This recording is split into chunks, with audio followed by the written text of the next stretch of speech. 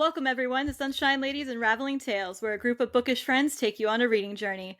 We bring you TBR recommendations, exclusive bookish interviews, and event shenanigans. I'm Carrie, and on today's episode, I'm going to be joined by Reid. Yes. Join us in our excitement as we chat with our next author, Olivia Boothe, who will be attending Romantasy Book Convention in Orlando later this year. It's so nice to meet you, Olivia. Thank you for taking time to chat with us today.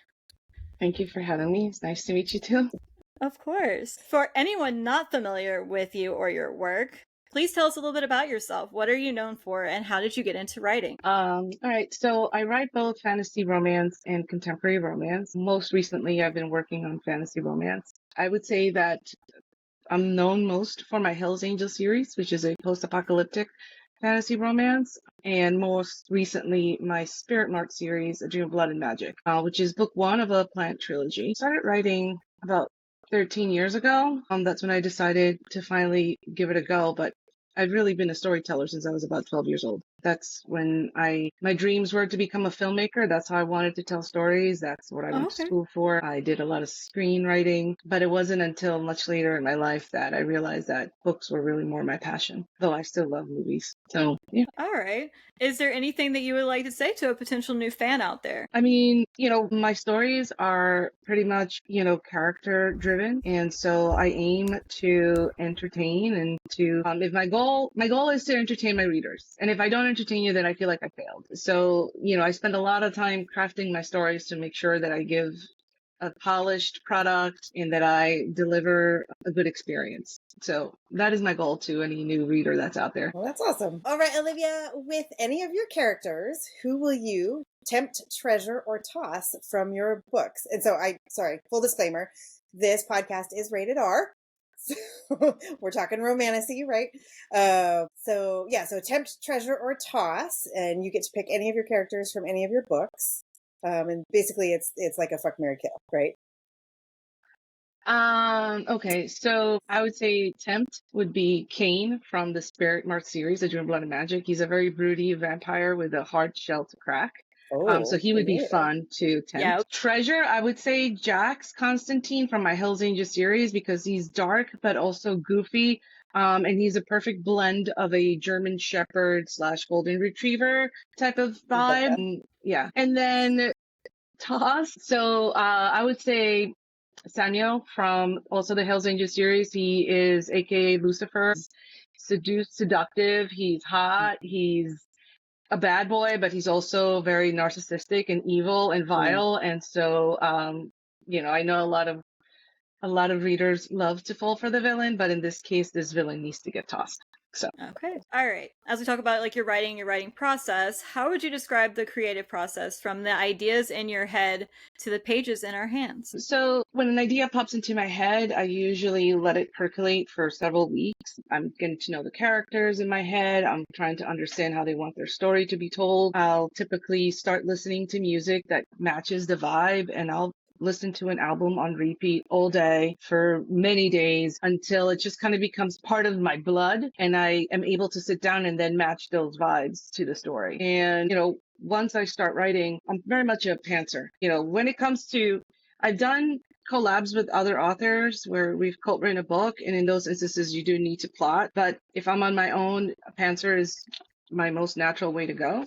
But I also have a terrible habit of not being able to move on until the previous chapter is completed. So I will spend days, sometimes even weeks, perfecting a chapter before I move on to the next. So by the time I'm done with the book, it's pretty much the first and final draft before it goes to the editor. And then at that point, throughout the process, I have alpha readers, and those are folks that read as I write. And then I have beta readers, who are the people that get the book before it goes to the editor. And then once I'm done with the round of beta readers, it goes to the editor. Then it goes to ARC readers, and then it goes to publication. So that's my writing process. Okay. Well, you mentioned music. Do you like to create playlists for each of your books, as you're writing? I know a lot of authors do that. I've never done playlists really, but there's certain artists that I will listen to. Most recently, I've been listening to a lot of Sleep Token, Bad Omens. I feel like I've been writing really dark books, so they kind of fit the vibe, Yeah, right. but not necessarily a playlist. Evanescence is huge for me right now in what I'm writing.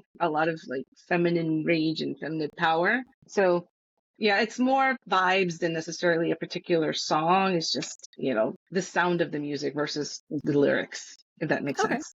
Yeah, yeah. All right, Olivia, if you could live in one of the worlds you have created, which one would you choose and why? Probably the one that I'm creating right now. So I'm working on a Norse-inspired Jack Frost retelling, romantasy, Ooh, okay. which was birthed out of back in December. I published the third book in my Hells Angel series, and the Hells Angel series is very dark themed, and I was in a very dark place, and I needed something fun and spicy, and so I wrote a Christmas novella that was supposed to be just whimsical and spicy and silly. And in that Christmas novella, Santa Claus has a son who does not want to take up the mantle. And, he throws him like a courtship bash where he's got to pick a wife. Okay. So it's very silly, but very spicy. But in that story, Jack Frost makes an appearance. And for some reason or other, it's a tiny little snippet. But when I started getting reviews from folks, people wanted Jack's story.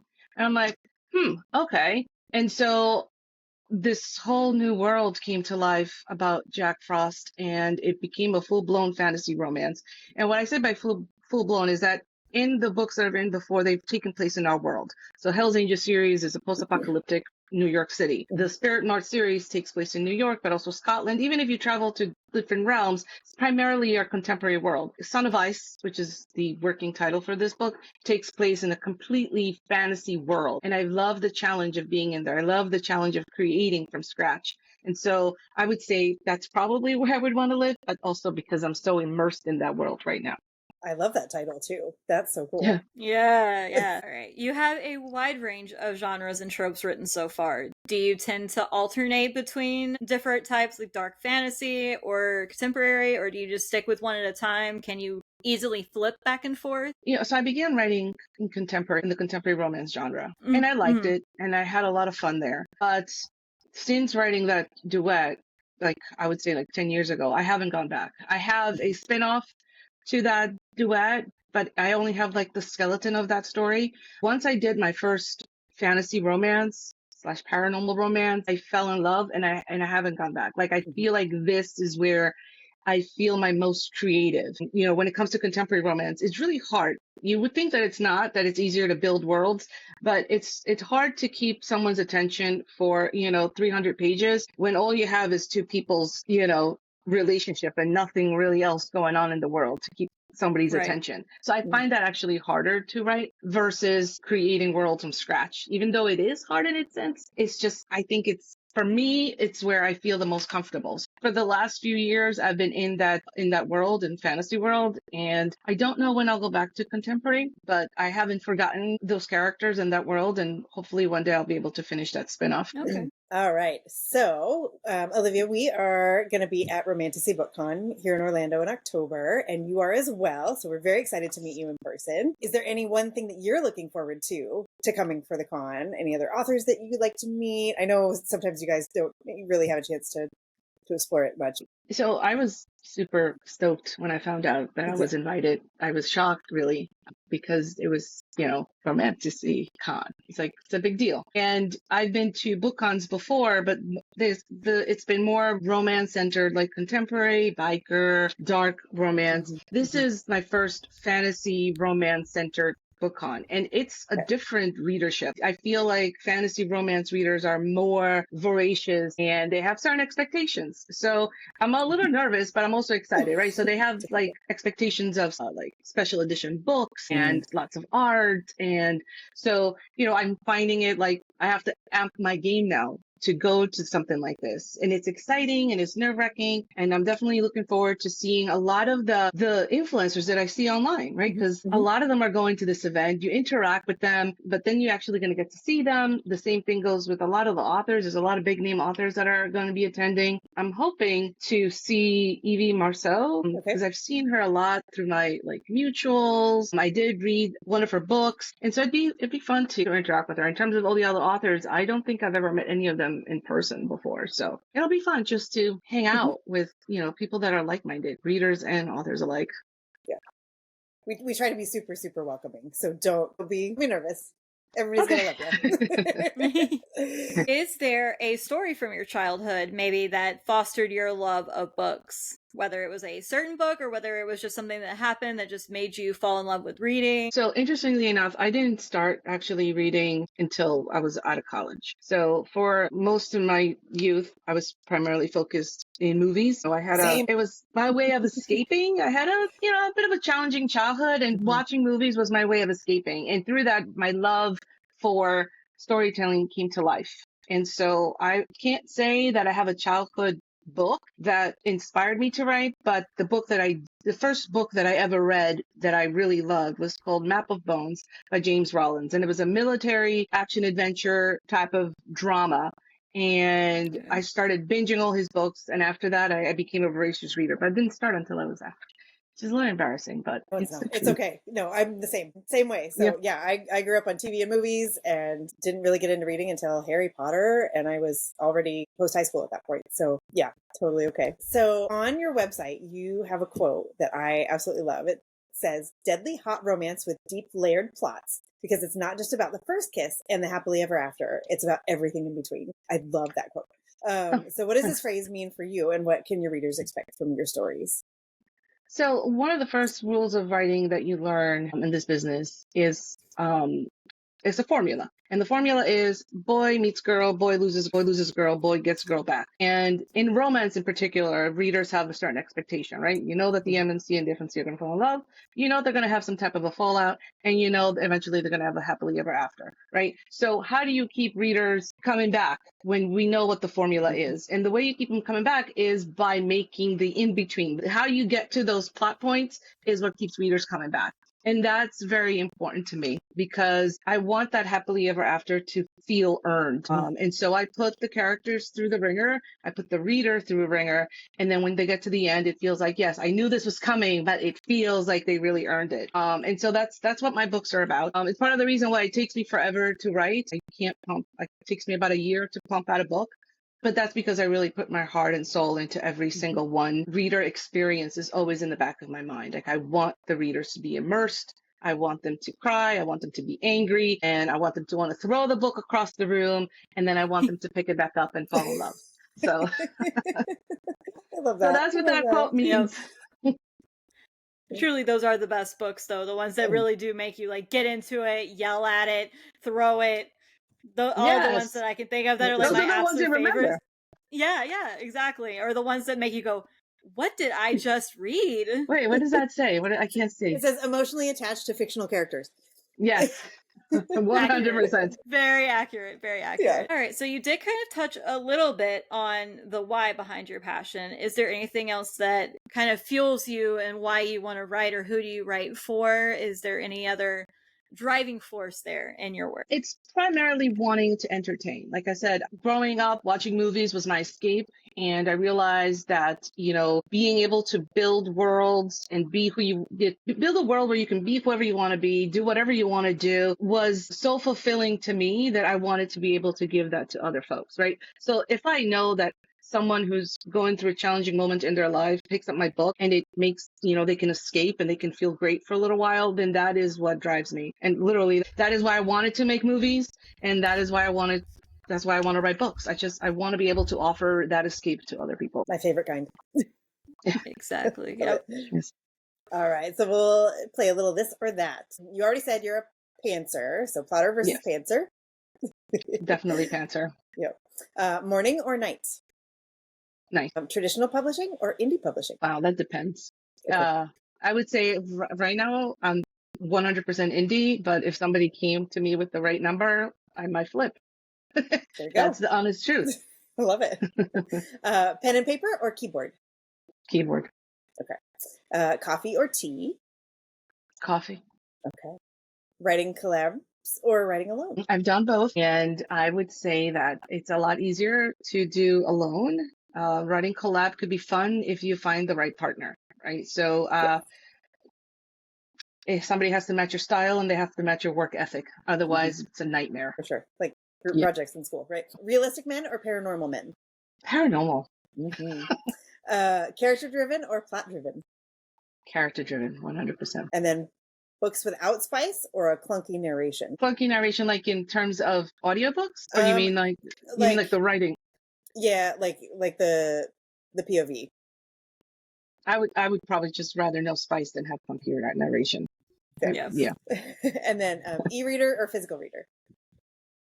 I'm an e-reader, but I'm also an audiobook listener. Yes. I would say Okay. audiobook, e-reader, and then physical. That is my order. Okay.